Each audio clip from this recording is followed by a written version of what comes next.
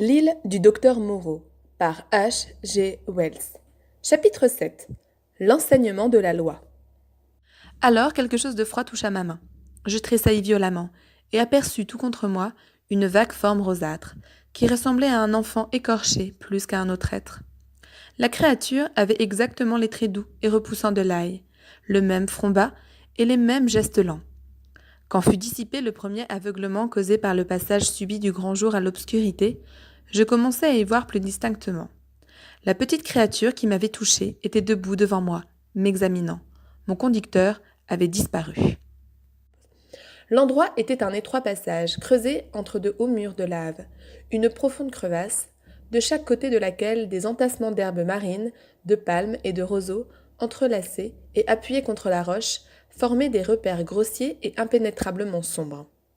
L'interstice sinueux, qui remontait le ravin, avait à peine 3 mètres de large, et il était encombré de débris de fruits et de toutes sortes de détritus qui expliquaient l'odeur fétide. Le petit être rosâtre continuait à m'examiner avec ses yeux clignotants, quand mon homme singe, reparut à l'ouverture de la plus proche de ses tanières, me faisait signe d'entrer. Au même endroit, un monstre lourd et gauche sortit en se tortillant de l'un des autres qui se trouvaient au bout de cette rue étrange. Il se dressa, silhouette difforme, contre le vert brillant des feuillages et me fixa. J'hésitai, à demi décidé à m'enfuir par le chemin que j'avais suivi pour venir, puis déterminé à pousser l'aventure jusqu'au bout. Je serrai plus fort mon bâton dans ma main et me glissai dans le fétide appentis derrière mon conducteur. C'était un espace semi-circulaire, ayant la forme d'une demi-ruche d'abeilles, et contre le mur rocheux qui formait la paroi intérieure se trouvait une provision de fruits variés, noix de coco et autres. Des ustensiles grossiers de lave et de bois étaient épars sur le sol, et l'un d'eux était une sorte de mauvais escabeau. Il n'y avait pas de feu. Dans le coin le plus sombre de la hutte était accroupie une masse informe qui grogna en me voyant.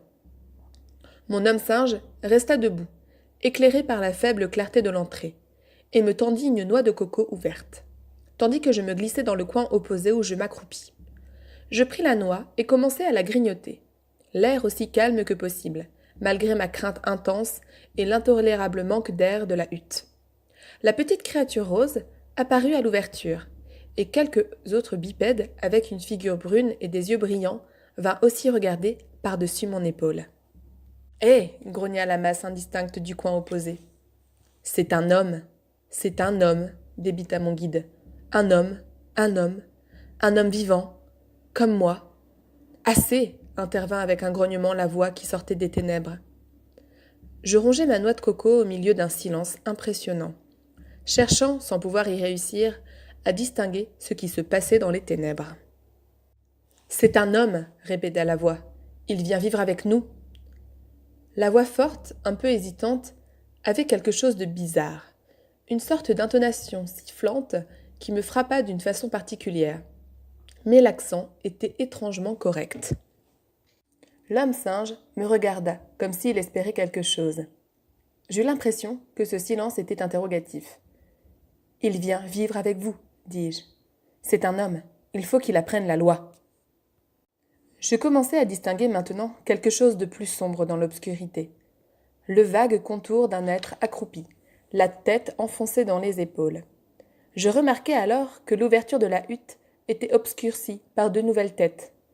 Ma main serra plus fort mon arme. La chose dans les ténèbres parla sur un ton plus élevé. « Dites les mots. » Je n'avais pas entendu ce qu'il avait ânonné auparavant. Aussi répétait-il une sorte de ton de mélopée. « Ne pas marcher à 4 pattes, c'est la loi. » J'étais ahuri. « Dites les mots, bredouilla l'homme singe. Lui-même les répéta, et tous les êtres qui se trouvaient à l'entrée firent chorus, avec quelque chose de menaçant dans leur intonation.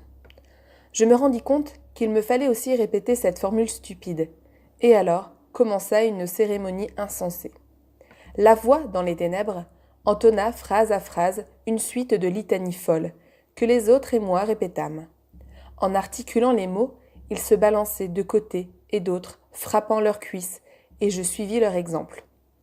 Je pouvais m'imaginer que j'étais mort, et déjà dans un autre monde, en cette hutte obscure, avec ses personnages vagues et grotesques, tachetés ici et là par un reflet de lumière, tous se balançant et chantant à l'unisson. Ne pas marcher à quatre pattes, c'est la loi. Ne sommes-nous pas des hommes? Ne pas laper pour boire, c'est la loi. Ne sommes-nous pas des hommes?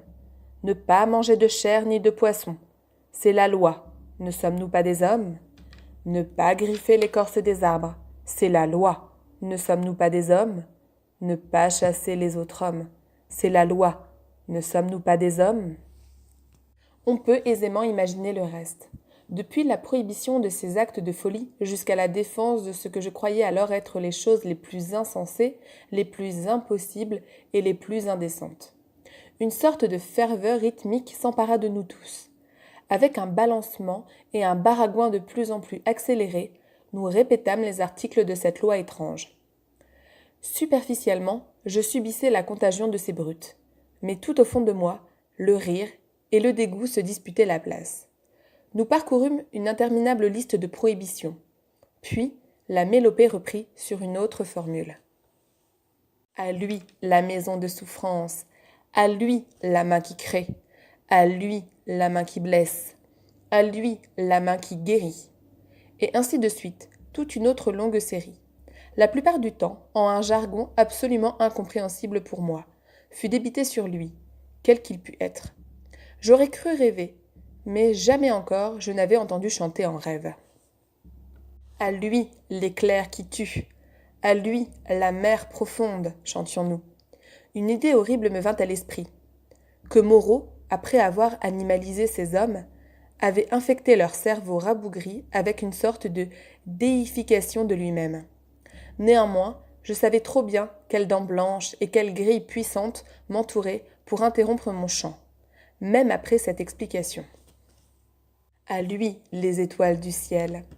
Pourtant, ces litanies prirent fin. Je vis la figure de l'homme singe, ruisselante de sueur, et, mes yeux s'étaient maintenant accoutumés aux ténèbres, je distinguais mieux le personnage assis dans le coin d'où venait la voix. Il avait la taille d'un homme, mais semblait couvert d'un poil terne et gris, assez semblable à celui d'un chien terrier. Qu'étaient-ils? Qu'étaient-ils tous? Imaginez-vous entourés des idiots et des estropiés les plus horribles qu'il soit possible de concevoir, et vous pourrez comprendre quelques-uns de mes sentiments, tandis que j'étais au milieu de ces grotesques caricatures d'humanité. C'est un homme à 5 doigts, à 5 doigts, à 5 doigts comme moi, disait l'homme singe. J'étendis mes mains. La créature grisâtre du coin se pencha en avant. Ne pas marcher à 4 pattes, c'est la loi. Ne sommes-nous pas des hommes? dit-elle.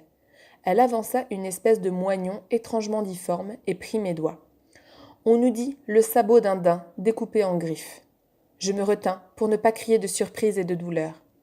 Sa figure se pencha encore pour examiner mes ongles. Le monstre s'avança dans la lumière qui venait de l'ouverture, et je vis, avec un frisson de dégoût, qu'il n'avait figure ni d'homme ni de bête, mais une masse de poils gris, avec 3 arcades sombres qui indiquaient la place des yeux et de la bouche. Il a les ongles courts, remarqua entre ses longs poils l'effrayant personnage. Ça vaut mieux. Il y en a tant qui sont gênés par de grands ongles. Il laissa retomber ma main et instinctivement, je pris mon bâton. Manger des racines et des arbres, c'est sa volonté, proféra l'homme singe. C'est moi qui enseigne la loi, dit le monstre gris. Ici viennent tous ceux qui sont nouveaux pour apprendre la loi. Je suis assis dans les ténèbres et je répète la loi. C'est vrai, affirma un des bipèdes de l'entrée. Terrible est la punition de ceux qui transgressent la loi. Nul n'échappe. Nul n'échappe, répétaient-ils tous, en se lançant des regards furtifs. Nul, nul, nul n'échappe, confirma l'homme singe. Regardez, j'ai fait une petite chose, une chose mauvaise une fois. Je jacassais, je ne parlais plus. Personne ne comprenait. Je suis brûlé, marqué au feu dans la main. Il est grand, il est bon. Nul n'échappe, répéta dans son coin le monstre gris. Nul n'échappe, répétèrent les autres en se regardant de côté. Chacun a un besoin qui est mauvais, reprit le monstre gardien de la loi. Certains ont besoin de creuser avec les dents et les mains entre les racines et de renifler la terre. C'est mauvais. Nul n'échappe, répétèrent les bipèdes de l'entrée. Certains écorchent les arbres, certains vont creuser sur les tombes des morts, certains se battent avec le front ou les pieds ou les ongles, certains mordent brusquement, sans provocation. Certains aiment l'ordure. Nul n'échappe, prononça l'homme sage, en se grattant le mollet. Nul n'échappe, dit aussi le petit être rose. La punition est rude et sûre, donc apprenez la loi, répétez les mots. Immédiatement, il recommença l'étrange litanie de cette loi, et de nouveau, tous ces êtres et moi, nous nous mîmes à chanter et à nous balancer. La tête me tournait, à cause de cette monotone psalmodie et de l'odeur fétide de l'endroit. Mais je me raidis, comptant trouver bientôt l'occasion d'en savoir plus long. Ne pas marcher à quatre pattes, c'est la loi, ne sommes-nous pas des hommes ? Nous faisions un tel tapage que je ne pris pas garde à un bruit venant du dehors. Jusqu'à ce que quelqu'un, qui était, je pense, l'un des deux hommes porcs que j'avais aperçus, passant sa tête par-dessus la petite créature rose, cria sur un ton de frayeur quelque chose que je ne saisis pas. Aussitôt, ceux qui étaient debout à l'entrée disparurent. Mon homme singe se précipita dehors. L'être qui restait, assis dans l'obscurité, le suivit. Je remarquai qu'il était gros et maladroit, et couvert de poils argentés. Et je me trouvai seul. Puis, avant que j'eusse atteint l'ouverture, j'entendis l'aboiement d'un chien. Au même instant, j'étais hors de la hutte, mon bâton de chaise à la main, tremblant de tous mes membres. Devant moi, j'avais le dos mal bâti d'une vingtaine peut-être de ces bipèdes, leur tête difforme à demi enfoncée dans les omoplates. Ils gesticulaient avec animation. D'autres faces à demi animales sortaient, inquiètes, des autres huttes. Portant mes regards dans la direction vers laquelle ils étaient tournés, je vis, venant à travers la brume sous les arbres, au bout du passage des tanières, la silhouette sombre et la terrible tête blanche de Moreau. Il maintenait le chien qui bondissait, et le suivant de près venait Montgomery, le revolver au poing. Un instant, je restai frappé de terreur. Je me retournai et vis le passage, derrière moi, bloqué par une énorme brute, à la face large et grise et aux petits yeux clignotants. Elle s'avançait vers moi. Je regardai de tous côtés et aperçus à ma droite, dans le mur de roche, à 5 ou 6 mètres de distance, une étroite fissure, à travers laquelle venait un rayon de lumière, coupant obliquement l'ombre. « Arrêtez !» cria Moreau, en me voyant me diriger vers la fissure, puis il ordonna « Arrêtez-le !» À ces mots, les figures des brutes se tournèrent une à une vers moi. Heureusement, leur cerveau bestial était lent à comprendre. D'un coup d'épaule, j'envoyai rouler à terre un monstre gauche et maladroit, qui se retournait pour voir ce que voulait dire Moreau, et il allait tomber en renversant un autre. Il chercha à se rattraper à moi, mais me manqua. La petite créature rose se précipita pour me saisir, mais je l'abattis d'un coup de bâton et le clou balafra sa vilaine figure. L'instant d'après, j'escaladai un sentier à pic, une sorte de cheminée inclinée qui sortait du ravin. J'entendis un hurlement et des cris. « Attrapez-le ! Attrapez-le » Le monstre gris apparut derrière moi et engagea sa masse dans la brèche. Les autres suivaient en hurlant. J'escaladai l'étroite crevasse et débouchai sur la solfatare du côté ouest du village des hommes animaux. Je franchis cet espace en courant, descendis une pente abrupte où poussaient quelques arbres épars, et arrivai à un bas-fond plein de grands roseaux. Je m'y engageai, avançant jusqu'à un épais et sombre fourré dont le sol cédait sous les pieds. La brèche avait été pour moi une chance inespérée, car le sentier étroit et montant obliquement dut gêner grandement et retarder ceux qui me poursuivaient. Au moment où je m'enfonçais dans les roseaux, le plus proche émergea seulement de la crevasse. Pendant quelques minutes, je continuai à courir dans le fourré. Bientôt, autour de moi, l'air fut plein de cris menaçants. J'entendis le tumulte de la poursuite, le bruit des roseaux écrasés et de temps en temps le craquement des branches. Quelques-uns des monstres rugissaient, comme des bêtes féroces. Vers la gauche, le chien aboyait, dans la même direction. J'entendis Moreau et Montgomery pousser leurs appels. Je tournai brusquement vers la droite. Il me sembla à ce moment entendre Montgomery me crier de fuir si je tenais à la vie. Bientôt le sol, gras et bourbeux, céda sous mes pieds. Mais avec une énergie désespérée, je m'y jetai, tête baissée, barbotant jusqu'aux genoux, et je parvins enfin à un sentier sinueux entre de grands roseaux. Le tumulte de la poursuite s'éloigna vers la gauche. À un endroit, 3 étranges animaux roses, de la taille d'un chat, s'enfuirent en sautillant devant moi. Ce sentier montait à travers un autre espace libre, couvert d'incrustations blanches, pour s'enfoncer de nouveau dans les roseaux. Puis soudain il tournait, suivant le bord d'une crevasse à pic, survenant comme le saut de loup d'un parc anglais, brusque et imprévu. J'arrivai en courant de toutes mes forces, et ne remarquai ce précipice qu'en m'y sentant dégringoler dans le vide. Je tombai, la tête et les épaules en avant, parmi des épines, et me relevai, une oreille déchirée et la figure ensanglantée. J'avais culbuté dans un ravin escarpé, plein de roches et d'épines. Un brouillard s'enroulait en longues volutes autour de moi, et un ruisselet étroit d'où montait cette brume serpentait jusqu'au fond. Je fus étonné de trouver du brouillard dans la pleine ardeur du jour, mais je n'avais pas le loisir de m'attarder à réfléchir. J'avançai en suivant la direction du courant, espérant arriver ainsi jusqu'à la mer et avoir le chemin libre pour me noyer. Ce fut plus tard seulement que je m'aperçus que j'avais perdu mon bâton dans ma chute. Bientôt le ravin se rétrécit, sur un certain espace, et insouciamment j'entrai dans le courant. J'en ressortis bien vite, car l'eau était presque brûlante.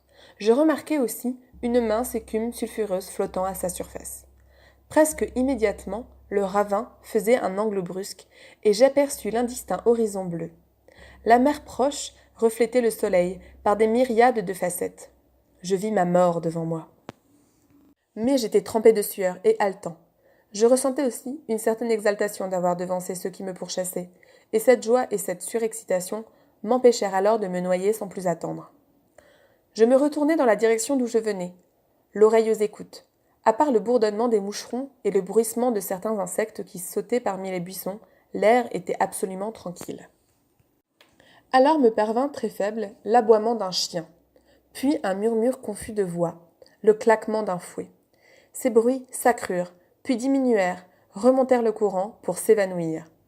Pour un temps, la chasse semblait terminée, mais je savais maintenant quelle chance de secours je pouvais trouver dans ces bipèdes. Je repris ma route vers la mer. Le ruisseau d'eau chaude s'élargissait en une embouchure encombrée de sable et d'herbes, sur lequel une quantité de crabes et de bêtes au long corps munis de nombreuses pattes grouillèrent à mon approche. J'avançai jusqu'au bord des flots, où enfin je me sentis en sécurité. Je me retournai, et les mains sur les hanches, je contemplai l'épaisse verdure dans laquelle le ravin vaporeux faisait une brèche embrumée.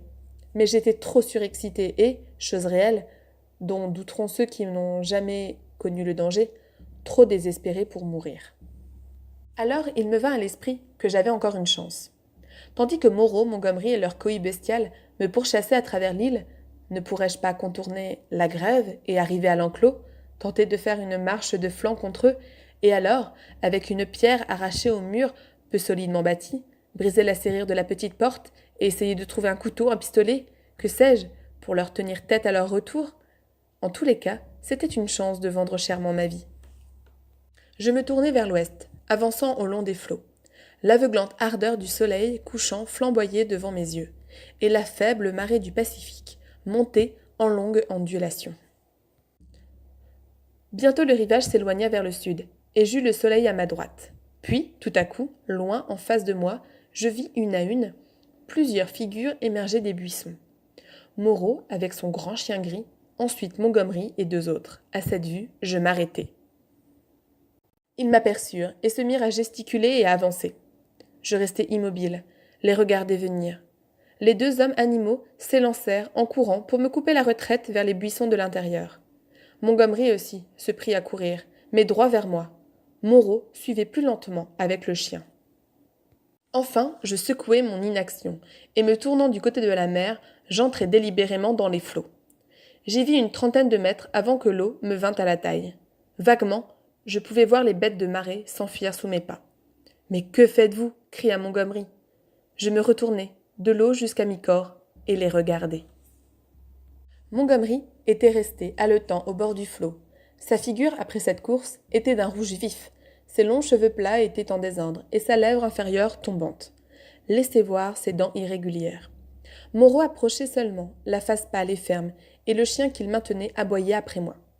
Les deux hommes étaient munis de fouets solides. Plus haut, au bord des broussailles, se tenaient les hommes animaux aux aguets. « Ce que je fais, je vais me noyer !» Montgomery et Moreau échangèrent un regard. « Pourquoi » demanda Moreau. « Parce que cela vaut mieux qu'être torturé par vous. »« Je vous l'avais dit » fit Montgomery, et Moreau lui répondit quelque chose à voix basse. « Qu'est-ce qui vous fait croire que je vais vous torturer » demanda Moreau. Ce que j'ai vu, répondis-je. Et puis ceux-là, là-bas. Chut, fit Moreau en levant la main. Je ne me tairai pas, dis-je. Ils étaient des hommes. Que sont-ils maintenant? Moi, du moins, je ne serai pas comme eux. Mes regards allèrent plus loin que mes interlocuteurs. En arrière, sur le rivage, se tenait Mei Ling, le domestique de Montgomery, et l'une des brutes vêtues de blanc qui avait manié la chaloupe. Plus loin encore, dans l'ombre des arbres, je vis un petit homme singe, et derrière lui, quelques vagues figures. « Qui sont ces créatures » m'écriai-je, en les indiquant du doigt, et élevant de plus en plus la voix pour qu'ils m'entendissent. C'étaient des hommes comme vous, dont vous avez fait des êtres abjects par quelque flétrissure bestiale, des hommes dont vous avez fait vos esclaves et que vous craignez encore. Vous qui écoutez, m'écriai-je en indiquant Moreau et m'égosillant pour être entendu par les monstres. Vous qui m'écoutez, ne voyez-vous pas que ces hommes vous craignent, qu'ils ont peur de vous? Pourquoi n'osez-vous pas? Vous êtes nombreux. Pour l'amour de Dieu, cria Montgomery, taisez-vous, Prendick. Prendick, appela Moreau. Ils crièrent tous deux ensemble, comme pour étouffer ma voix. Derrière eux se précisaient les faces curieuses des monstres, leurs yeux interrogateurs, leurs mains informes pendantes, leurs épaules contrefaites. Ils paraissaient, comme je me l'imaginais, s'efforcer de me comprendre, de se rappeler quelque chose de leur passé humain. Je continuai à vociférer 1000 choses dont je ne me souvins pas. Sans doute que Moreau et Montgomery pouvaient être tués, qu'il ne fallait pas avoir peur d'eux. Telles furent les idées que je révélai à ces monstres pour ma perte finale. Je vis l'être aux yeux verts et aux loques sombres qui était venu au-devant de moi, le soir de mon arrivée, sortir des arbres, et d'autres le suivre pour mieux m'entendre. Enfin, à bout de souffle, je m'arrêtai. « Écoutez-moi un instant, dit Moreau, de sa voix ferme et brève, et après, vous direz ce que vous voudrez. » Eh bien, dis-je. Il toussa, réfléchit quelques secondes, puis cria. En latin, Prendick, en mauvais latin, en latin de cuisine, mais essayez de comprendre. In sunt homines, sunt animalia, quae, nos, habemus, vivisectes. Fabrication d'humanité. Je vous expliquerai, mais sortez de là. Elle est bonne, m'écriai-je en riant. Ils parlent, construisent des cabanes, cuisinent. Ils étaient des hommes. Prenez-y garde que je sorte d'ici. L'eau, juste au-delà d'où vous êtes, est profonde, et il y a des requins en quantité. C'est ce qu'il me faut, répondis-je, courte et bonne, tout à l'heure. Je vais d'abord vous jouer un bon tour. Attendez. Il sortit de sa poche quelque chose qui étincela au soleil, et il jeta l'objet à ses pieds. C'est un revolver chargé, dit-il. Montgomery va faire de même. Ensuite, nous allons remonter la grève, jusqu'à ce que vous estimiez la distance convenable. Alors, venez et prenez les revolvers. C'est ça. Et l'un de vous en a un troisième. Je vous prie de réfléchir un peu, Prendick. D'abord, je ne vous ai pas demandé de venir dans cette île. Puis, nous vous avions drogué la nuit dernière, et l'occasion eût été bonne. Ensuite, maintenant que votre première terreur est passée et que vous pouvez peser les choses, est-ce que Montgomery vous paraît être le type que vous dites? Nous vous avons cherché, et pour votre bien, parce que cette île est pleine de phénomènes hostiles. Pourquoi tirions-nous sur vous quand vous offrez de vous tuer vous-même? Pourquoi avez-vous lancé vos gens sur moi, quand j'étais dans la hutte? Nous étions sûrs de vous rejoindre et de vous tirer du danger. Après cela, nous avons volontairement perdu votre piste, pour votre salut. Je réfléchis. Cela semblait possible. Puis je me rappelai quelque chose. Mais ce que j'ai vu dans l'enclos, dis-je, c'était le puma. Écoutez, Prendick, dit Montgomery, vous êtes un stupide imbécile. Sortez de l'eau, prenez les revolvers et on pourra causer. Nous ne pouvons rien faire de plus que ce que nous faisons maintenant. Il me faut avouer alors, et à vrai dire toujours, je me méfiais et avais peur de Moreau. Mais Montgomery était un homme avec qui je pouvais m'entendre. Remontez la grève et levez les mains en l'air, ajoutai-je, après réflexion. Pas cela, dit Montgomery, avec un signe de tête explicatif par-dessus son épaule. Manque de dignité. Allez jusqu'aux arbres, dans ce cas, s'il vous plaît. Quelle idiote cérémonie, dit Montgomery. Ils se retournèrent tous deux et firent face aux 6 ou 7 grotesques bipèdes qui étaient debout au soleil, solides, mobiles, ayant une ombre, et pourtant si incroyablement irréelle. Montgomery fit claquer son fouet, et, tournant immédiatement les talons, ils s'enfuirent à la débandade sous les arbres. Lorsque Montgomery et Moreau furent à une distance que je jugeais convenable, je revins au rivage, ramasser les revolvers et les examiner. Pour me satisfaire contre toute supercherie, je tirai sur un morceau de lave arrondi et eus le plaisir de voir la pierre pulvérisée et le sable couvert de fragments et de plomb. Pourtant, j'hésitai encore un moment. « J'accepte le risque, dis-je enfin, et un revolver à chaque main, je remontai la grève pour les rejoindre. Ça vaut mieux, dit Moreau, sans affectation. Avec tout cela, vous avez gâché le meilleur parti de ma journée.